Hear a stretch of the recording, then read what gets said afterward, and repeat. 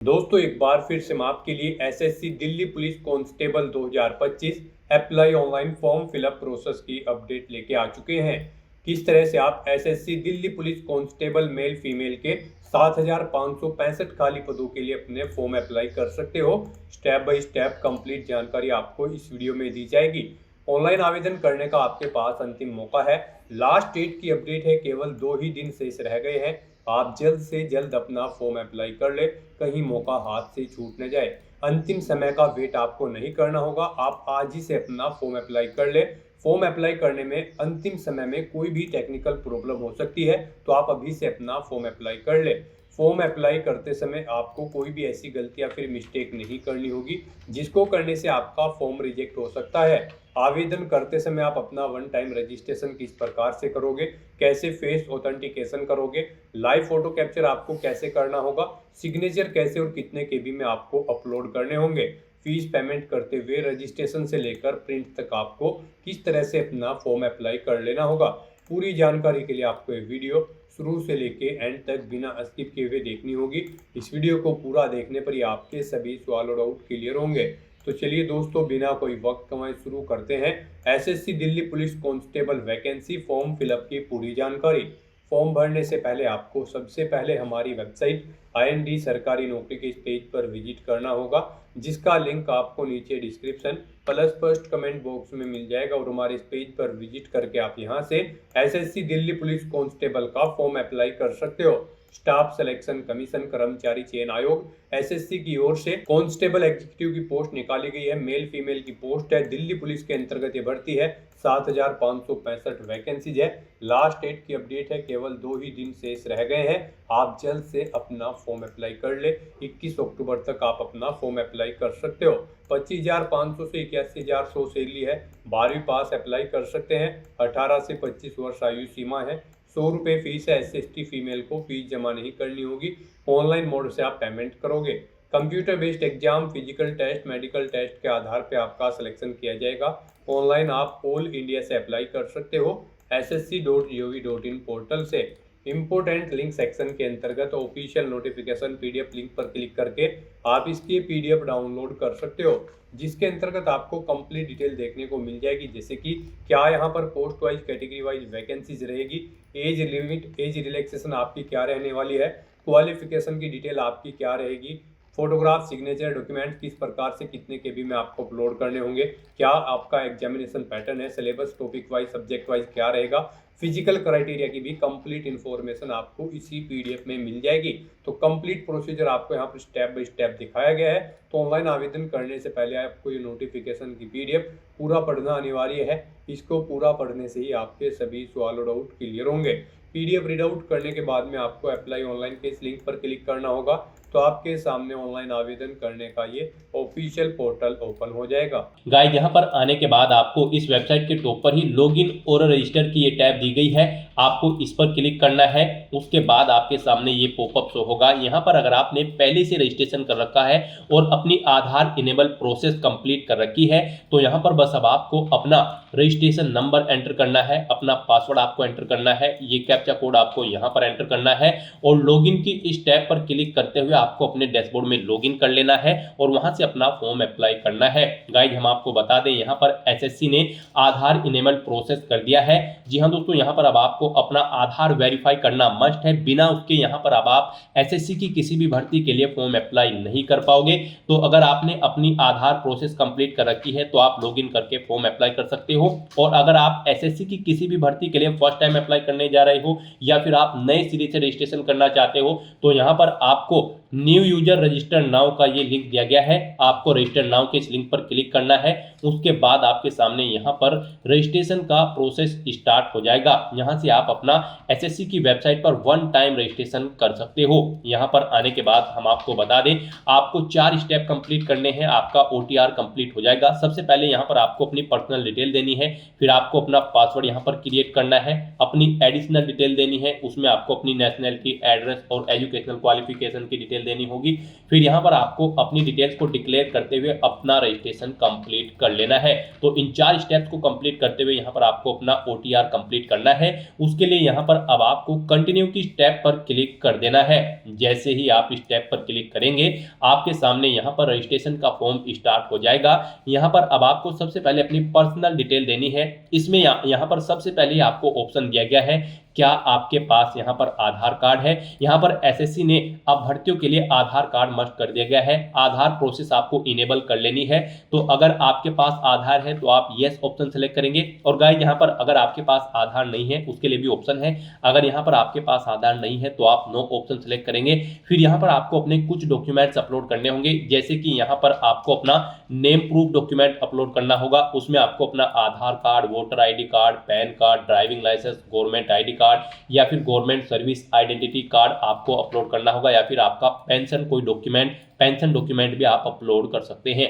आप choose file button पर click करें, फाइल को सिलेक्ट करें और इनमें से कोई भी डॉक्यूमेंट आप अपना अपलोड कर दें। उसके बाद यहाँ पर आपको अपना date of birth proof certificate upload करना है। इसमें आपका बर्थ सर्टिफिकेट हो सकता है, स्कूल लिविंग सर्टिफिकेट हो सकता है, certificate of date of issued by gazetted officer, या फिर आधार कार्ड यहाँ पर आपको अपलोड करना है चूज फाइल के ऑप्शन पर क्लिक करते हुए। उसके बाद यहाँ पर आपको अपना एड्रेस प्रूफ अपलोड करना होगा। यहाँ पर ये डॉक्यूमेंट आपको उन केस में अपलोड करने हैं अगर आपके पास आधार नहीं है। एड्रेस प्रूफ में आपको अपना आधार कार्ड या फिर वोटर ID कार्ड या फिर ड्राइविंग लाइसेंस या फिर बैंक की स्टेटमेंट यहाँ पर आपको अपलोड कर देनी है, या फिर रेंट का एग्रीमेंट या फिर इनकम टैक्स असेसमेंट ऑर्डर यहाँ पर आप अपलोड कर सकते हैं चूज फाइल के इस बटन पर क्लिक करते हुए। उसके बाद यहाँ पर आपको अपना फोटो अपलोड करना है चूज फाइल के बटन पर क्लिक करते हुए। फिर यहाँ पर आपको अपना जेंडर प्रूफ अपलोड करना है। जेंडर प्रूफ में आपका आधार कार्ड हो सकता है, वोटर ID कार्ड हो सकता है, बर्थ सर्टिफिकेट हो सकती है, या फिर आपका स्कूल लिविंग सर्टिफिकेट हो सकता है। यहाँ पर अगर आपके पास आधार नहीं है तो आपको इन सारे डॉक्यूमेंट्स को यहाँ पर अपलोड करना होगा। बेस्ट है यहाँ पर आपके पास आधार है तो आप आधार की डिटेल दें। यहाँ पर मोस्टली इंडिया में सभी के पास अब आधार अवेलेबल है, तो यहाँ पर आपको यस का ऑप्शन सेलेक्ट करना है do you have a Aadhaar card में। और उसके बाद यहाँ पर गाइड आपको अपना आधार नंबर यहाँ पर एंटर करना है। वही नंबर एक बार फिर से आपको एंटर करके उसे वेरीफाई कर लेना है। फिर यहाँ पर आपको अपने आधार को प्रमाणित करने के लिए डिटेल्स यहाँ पर रीड कर लेनी है। हिंदी में अगर आप इसे रीड करना चाहते हैं तो स्विच टू हिंदी के ऑप्शन पर क्लिक करें और हिंदी में आप इसे रीड कर लें। और अगर आप सुनना चाहते हैं तो यहाँ पर आपको स्पीकर के इस ऑप्शन पर क्लिक करना है और इस डिटेल को सुन लेना है। और उसके बाद गाइड यहाँ पर आपको इस चेकबॉक्स को ओके करना है और फिर यहाँ पर आपको सेंड OTP के इस ऑप्शन पर क्लिक कर देना है। फिर आपके रजिस्टर्ड मोबाइल नंबर पर जिससे आपका आधार लिंक है उस पर एक OTP आएगा, वो OTP आपको यहाँ पर एंटर करना है। और फिर गाइज आपको वेरीफाई OTP के ऑप्शन पर क्लिक करके अपना आधार वेरीफाई कर लेना है। फिर आपके सामने यहाँ पर शो हो जाएगा आपका आधार सक्सेसफुली वेरीफाइड हो चुका है। ग्रीन कलर में आपको वेरीफाइड का ऑप्शन यहाँ पर मिल जाएगा। उसके बाद गाइज यहाँ पर आपको अपना नाम एंटर करना है अपनी 10वीं की मार्कशीट के अकॉर्डिंग। फिर आपको वही नाम एक बार फिर से एंटर करके वेरीफाई कर लेना है।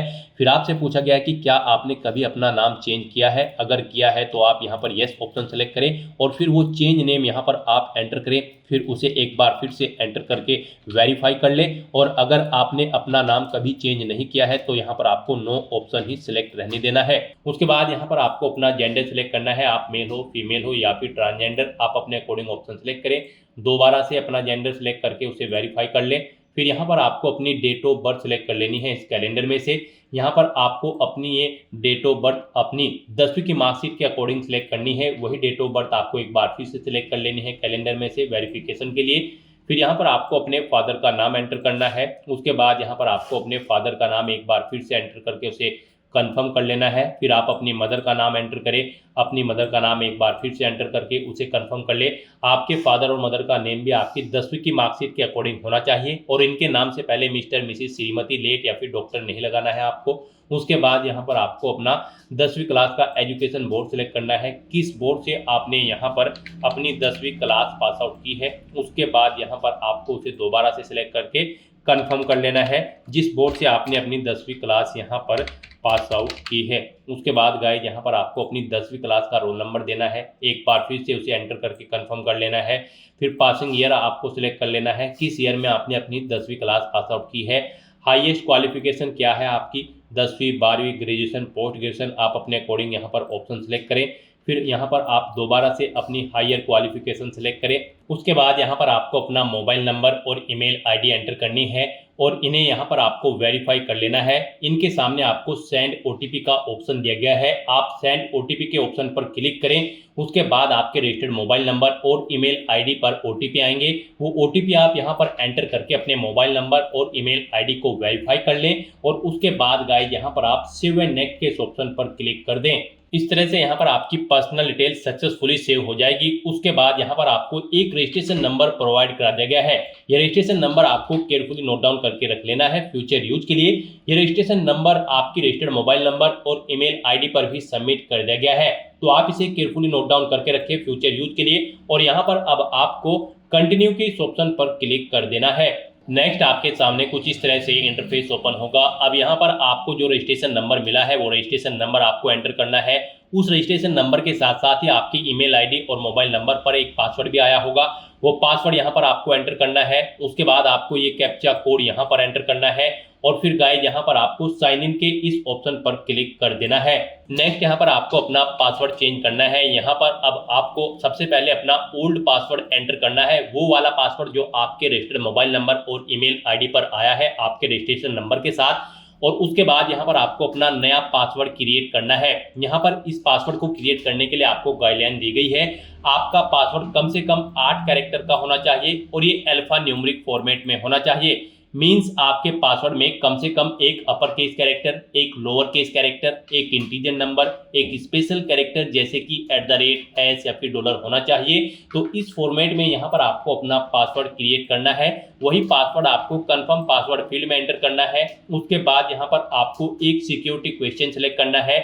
यहाँ पर आप कोई भी सिक्योरिटी क्वेश्चन सेलेक्ट करें, उसका आंसर दें। फिर यहाँ पर आप दूसरा सिक्योरिटी क्वेश्चन सेलेक्ट करें और फिर उसका आंसर यहाँ पर आप दें और उसके बाद गाइस यहाँ पर आप सेव एंड नेक्स्ट के इस ऑप्शन पर क्लिक कर दें। इस तरह से यहाँ पर आपका पासवर्ड चेंज हो जाएगा। फिर आपके सामने कुछ इस तरह से इंटरफेस ओपन होगा। अब यहाँ पर आपको दोबारा से अपना रजिस्ट्रेशन नंबर एंटर करना है, अपना पासवर्ड आपको एंटर करना है। नया पासवर्ड जो आपने चेंज किया है वो पासवर्ड यहाँ पर आपको एंटर करना है। ये कैप्चा कोड आपको यहाँ पर एंटर करना है और उसके बाद गाइज आपको लॉगिन के इस ऑप्शन पर क्लिक कर देना है। लॉगिन करने के बाद अब यहाँ पर आपको अपनी एडिशनल डिटेल्स प्रोवाइड करानी है। सबसे पहले यहाँ पर आपको अपनी कैटेगरी सिलेक्ट कर लेनी है, किस कैटेगरी से आप बिलोंग करते हैं। फिर यहाँ पर आपको अपनी कैटेगरी दोबारा से सिलेक्ट करके उसे वेरीफाई कर लेना है। फिर आपको अपनी नेशनलिटी यहाँ पर सिलेक्ट कर लेनी है। यहाँ पर सिटीजन ऑफ इंडिया अगर आप इंडिया से हैं। उसके बाद अगर आप नेपाल, भूटान या फिर टाइबेटियन हैं तो यहाँ पर आप अपने अकॉर्डिंग ऑप्शन सेलेक्ट करें। यहाँ पर अगर आप अदर कंट्री से हैं तो फिर यहाँ पर आपको अपनी नेशनलिटी की डिटेल देनी है और अगर आप इंडिया से हैं तो यहाँ पर आप इंडिया सेलेक्ट करें, फिर आपको ये डिटेल नहीं देनी है। उसके बाद यहाँ पर आपसे पूछा गया है कि क्या आपकी बॉडी पर कहीं कोई कट या तिल का निशान है, तो उस पैलेस का नाम यहाँ पर आप एंटर करें।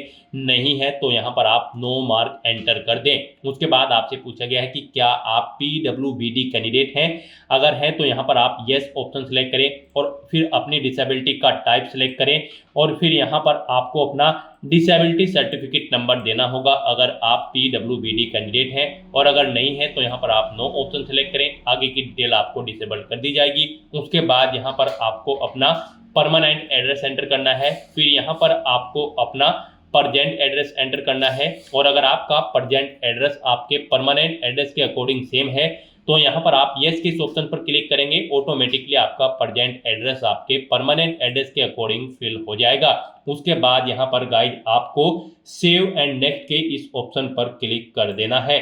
आपकी एडिशनल डिटेल सक्सेसफुली सेव करने के बाद आपको डिक्लेरेशन सेक्शन में रिडायरेक्ट कर दिया जाएगा। यहाँ पर आने के बाद आप अपने रजिस्ट्रेशन फॉर्म का प्रीव्यू भी चेकआउट कर सकते हो। आप प्रीव्यू OTR के ऑप्शन पर क्लिक करें और अपने रजिस्ट्रेशन फॉर्म का प्रीव्यू चेकआउट कर लें और उसका प्रिंट आउट भी आप ले सकते हो।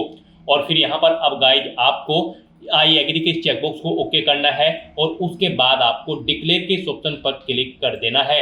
इस तरह से यहाँ पर आपका SSC one time registration successfully complete हो चुका है। आपको आपके डैशबोर्ड में डायरेक्ट कर दिया गया है। फिर यहाँ पर आपको आपके डैशबोर्ड में लाइव एग्जामिनेशन के सेक्शन में आना है। यहाँ पर आपको constable executive male and female in Delhi police examination 2025 का ये सेक्शन मिलेगा। यहाँ पर आपको दिल्ली पुलिस की इस भर्ती में पार्टिसिपेट करने के लिए अप्लाई की इस टैब पर क्लिक करना है। फिर यहाँ पर आपके सामने कुछ जनरल इंस्ट्रक्शंस ओपन होंगे, आपको इन्हें रीड आउट कर लेना है, पेज को नीचे स्क्रॉल डाउन करना है और फिर गाइज आपको यहाँ पर फिल फॉर्म के इस ऑप्शन पर क्लिक कर देना है। नेक्स्ट यहाँ पर आपको आपकी पर्सनल डिटेल शो कर दी गई है। आपकी सभी पर्सनल डिटेल्स यहाँ पर आपके OTR से फैच कर ली गई है। आपको सभी डिटेल्स केयरफुली चेकआउट करनी है, पेज को नीचे स्क्रॉल डाउन करना है और यहाँ पर गाइज अब आपको नेक्स्ट के इस ऑप्शन पर क्लिक कर देना है। फिर यहाँ पर आपको अपनी एजुकेशनल क्वालिफिकेशन की डिटेल देनी है। यहाँ पर आप सबसे पहले अपनी हाईएस्ट क्वालिफिकेशन सिलेक्ट करें, जो आपकी हायर क्वालिफिकेशन है। उसके बाद इस भर्ती में पार्टिसिपेट करने के लिए जो इसेंशियल क्वालिफिकेशन है वो आपको सिलेक्ट करनी है। यहाँ पर आपको 4 ऑप्शन दिए गए हैं। आप 11वीं पास हैं, सन और डॉटर है, सर्विस रिटायर्ड या फिर डिसीज दिल्ली पुलिस पर्सनल के, तो फर्स्ट ऑप्शन सिलेक्ट करेंगे। नॉर्मली आपने 12वीं क्लास पास आउट कर रखी है तो सेकंड ऑप्शन सिलेक्ट करेंगे। इसके इक्विवेलेंट कोई क्वालिफिकेशन पास आउट कर रखी है तो थर्ड ऑप्शन सिलेक्ट करेंगे। या फिर आपने मैट्रिकुलेट कर रखी है, एक serviceman with special certificate of education है तो आप फोर्थ ऑप्शन सिलेक्ट करेंगे। यहाँ पर नॉर्मली अगर आपने 12वीं क्लास पास आउट कर रखी है तो आप 12th स्टैंडर्ड ऑप्शन सिलेक्ट करेंगे। गाइस इस भर्ती में पार्टिसिपेट करने के लिए दिल्ली पुलिस की आपका 12वीं क्लास पास आउट होना जरूरी है किसी वेल रिकॉग्नाइज्ड बोर्ड से। उसके बाद यहाँ पर आपको अपनी इसेंशियल क्वालिफिकेशन का स्टेटस सेलेक्ट करना है। आप यहाँ पर 12वीं में एपियर्ड हो या फिर पास आउट कर चुके हो, आप अपने अकॉर्डिंग ऑप्शन सेलेक्ट करें। पास आउट कर चुके हैं तो पासिंग ईयर यहाँ पर आपको सेलेक्ट करना है, कब आपने अपनी 12वीं क्लास पास आउट की है। स्टेट सेलेक्ट करना है, किस बोर्ड स्टेट से आपने अपनी 12वीं क्लास पास आउट की है वो स्टेट यहाँ पर आप सेलेक्ट करें। फिर यहाँ पर आपको बोर्ड का नाम सेलेक्ट करना है, जिस बोर्ड से आपने अपनी 12वीं क्लास पास आउट की है। उसके बाद आपको अपनी 12वीं क्लास का रोल नंबर यहाँ पर एंटर करना है, अपनी परसेंटेज यहाँ पर आपको एंटर कर देनी है। 12वीं क्लास में आपने कितने परसेंट मार्क्स ऑब्टेन किए हैं, CGPA में अगर है तो आप CGPA यहाँ पर एंटर करेंगे। फिर यहाँ पर आप परसेंटेज एंटर नहीं करेंगे, अब यहाँ पर आपको अपना CGPA एंटर करना होगा और अगर आप अपनी परसेंटेज यहाँ पर एंटर कर देंगे फिर आपके सामने CGPA का कॉलम डिसेबल्ड कर दिया जाएगा। इस तरह से यहाँ पर आपको अपनी क्वालिफिकेशन की डिटेल फिल कर देनी है और उसके बाद गाइज फिर आपको सेव एंड नेक्स्ट के इस ऑप्शन पर क्लिक करना है। नेक्स्ट यहाँ पर आपको अपनी एडिशनल इन्फॉर्मेशन देनी है। यहाँ पर आपके पास अगर OBC कैटेगरी सर्टिफिकेट है, आप OBC कैटेगरी आपने सिलेक्ट किया होगा OTR में, वन टाइम रजिस्ट्रेशन में, तो फिर यहाँ पर आपको डिटेल देनी होगी यस या नो ऑप्शन सिलेक्ट करते हुए। और अगर आप OBC कैटेगरी कैंडिडेट नहीं होंगे तो फिर आपके सामने ये ऑप्शन डिसेबल कर दिया जाएगा। फिर आपसे पूछा गया कि क्या आप एक सर्विसमैन कैंडिडेट हैं, अगर हैं तो यस करेंगे और फिर उसकी डिटेल देंगे, जैसे कि ज्वाइनिंग डेट आपको सिलेक्ट करनी होगी, डिस्चार्ज डेट यहाँ पर आपको सिलेक्ट करनी होगी, उसके अकॉर्डिंग आपकी सर्विस की लेंथ कैलकुलेट करके यहाँ पर आपको शो कर दी जाएगी। और गाइज अगर आप यहाँ पर एक सर्विसमैन कैंडिडेट नहीं है, सिंपली आप नो ऑप्शन सिलेक्ट करेंगे। फिर आपसे पूछा गया है कि क्या यहाँ पर आप special Kota ESM Delhi police से हैं, अगर एलिजिबल हैं इसके लिए तो आप यस करेंगे, नहीं तो नो ऑप्शन सिलेक्ट करेंगे। फिर आपसे पूछा गया कि क्या आप दिल्ली पुलिस के डिपार्टमेंटल कैंडिडेट हैं, अगर हैं तो यस करें, नहीं तो नो ऑप्शन सिलेक्ट करें। यहाँ पर अगर आप यस ऑप्शन सिलेक्ट करते हैं तो फिर आपको एक बार फिर से यस ऑप्शन सिलेक्ट करके इसे वेरीफाई करना होगा और अगर आप डिपार्टमेंटल कैंडिडेट नहीं है तो यहाँ पर आप नो ऑप्शन सिलेक्ट करेंगे। फिर आपसे पूछा जाएगा कि क्या आप विडो है या फिर डाइवोर्स या फिर जुडिशली सेपरेटेड वुमेन है, अगर यहाँ पर आपने OTR में डिटेल फिल की होगी आपके सामने ये ऑप्शन इनेबल कर दिया जाएगा, अदरवाइज आपको डिसेबल कर दिया जाएगा अगर आप अनमैरिड कैंडिडेट होंगे। फिर यहाँ पर आपसे पूछा गया कि क्या आप सन, डॉटर या फिर सर्विस या फिर रिटायर्ड डिसीज पर्सनल कैंडिडेट हैं या फिर मल्टीटास्किंग स्टाफ में कार्यरत कैंडिडेट हैं दिल्ली पुलिस के, अगर हैं तो आप यस करेंगे, नहीं तो नो ऑप्शन सेलेक्ट करेंगे।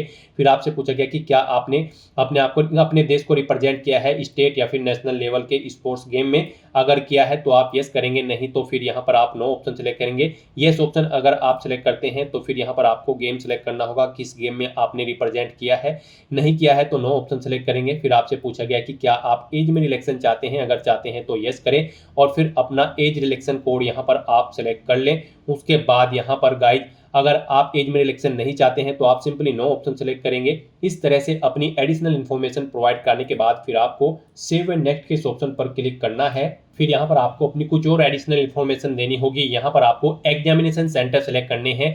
3 चॉइसेस आपको दी गई है, आप अपनी चॉइस के अकॉर्डिंग यहाँ पर 3 एग्जाम सेंटर सेलेक्ट करें। यहाँ पर आप जिसे फर्स्ट नंबर पर प्रेफरेंस देना चाहते हैं उसे फर्स्ट नंबर पर सेलेक्ट करें, जिसे सेकंड थर्ड पर रखना चाहते हैं उसे आप सेकंड और थर्ड पर यहाँ पर सेलेक्ट कर लें। उसके बाद आपसे पूछा गया कि क्या आप NCC सर्टिफिकेट होल्डर कैंडिडेट हैं, यहाँ पर अगर हैं तो आप यस करेंगे और फिर यहाँ पर आपको दोबारा से यस करके अपना ये ऑप्शन वेरीफाई करना होगा। फिर आपसे पूछा गया है कि आपके पास यहाँ पर ए सर्टिफिकेट एनसीसी का, बी या फिर सी, आप अपने अकॉर्डिंग ऑप्शन सेलेक्ट करेंगे। और अगर आप एनसीसी सर्टिफिकेट होल्डर कैंडिडेट नहीं है, सिंपली यहाँ पर आप नो ऑप्शन सेलेक्ट करेंगे। फिर यहाँ पर आपसे पूछा गया कि क्या आप डिग्री या फिर post graduate diploma awarded candidate हैं राष्ट्रीय रक्षा यूनिवर्सिटी से, अगर है तो आप यस करेंगे। और फिर यहाँ पर आप बताएंगे आपकी फर्स्ट क्लास है, सेकंड है या फिर पास आउट है। और अगर आप यहाँ पर अवार्डेड नहीं है किसी राष्ट्रीय रक्षा यूनिवर्सिटी से, तो आप सिंपली नो ऑप्शन सेलेक्ट करेंगे। इस तरह से अपनी डिटेल फिल करने के बाद गाइड फिर आपको यहाँ पर सेव एंड नेक्स्ट के इस ऑप्शन पर क्लिक करना है। नेक्स्ट यहाँ पर आपको अपना फेस ऑथेंटिकेशन करना है, अपना लाइव फोटो आपको कैप्चर करना है और अपने सिग्नेचर यहाँ पर आपको अपलोड कर देने हैं। इस सेक्शन को कंप्लीट करने के लिए आपको अपना मोबाइल फोन यूज करना होगा।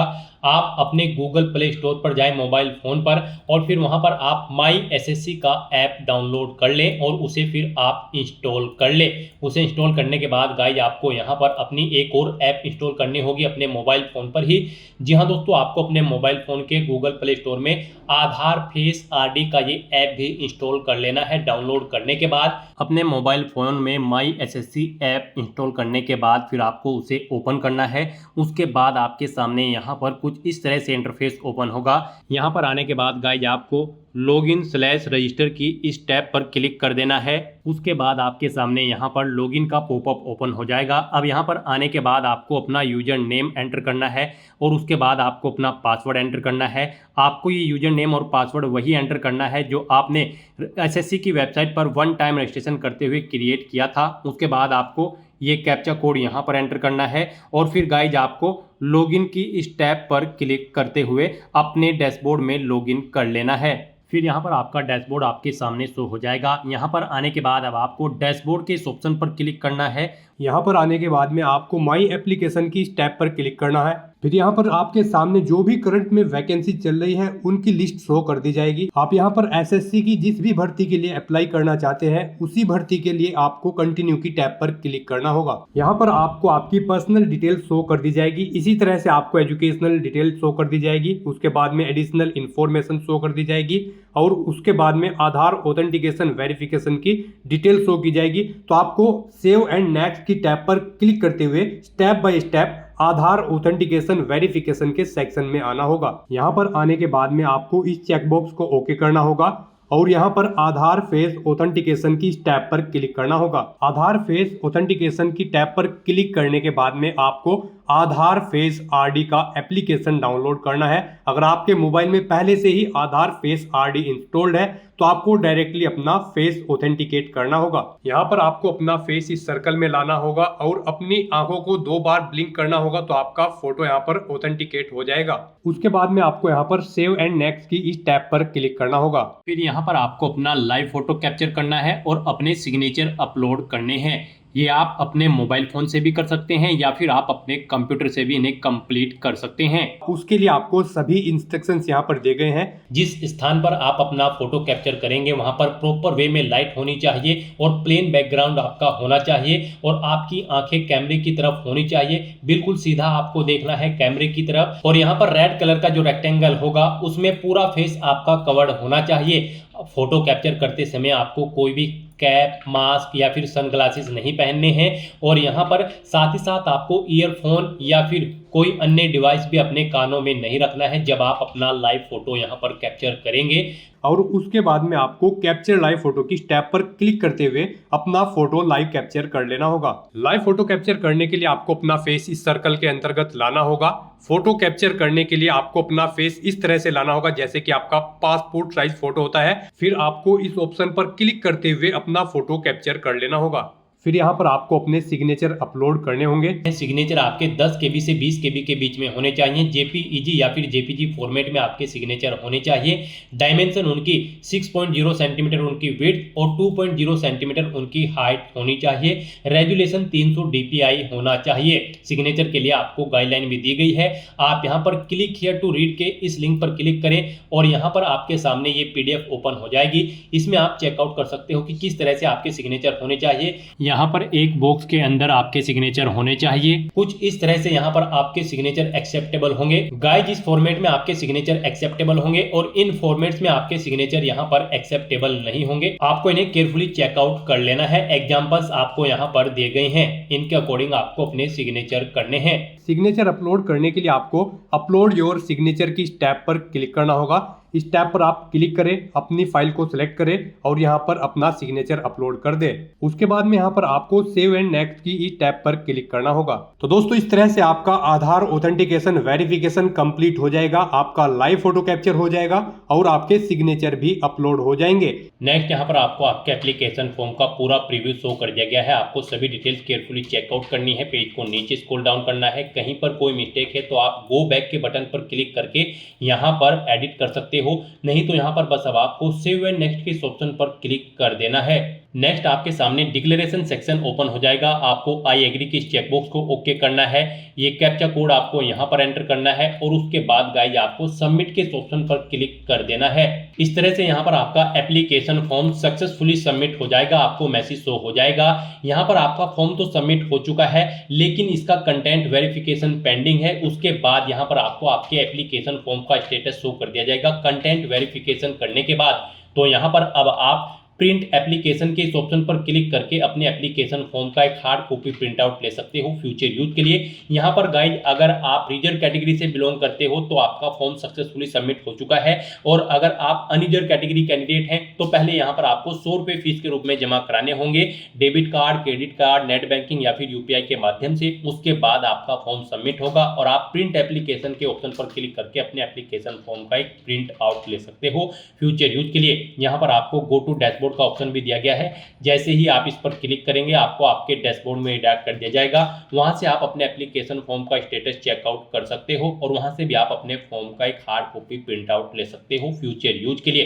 तो दोस्तों, ऐसे आप SSC Delhi police constable executive mail और फीमेल के 7,565 खाली पदों को भरने के लिए अपने फॉर्म अप्लाई कर सकते हो बिना कोई मिस्टेक किए हुए। आज की इस वीडियो में बस इतना ही। आई होप ये वीडियो आपको पसंद आई होगी। अगर पसंद आई हो तो इसे लाइक और शेयर करें। चैनल पर नए हो तो इसे सब्सक्राइब कर लें। Thanks for watching.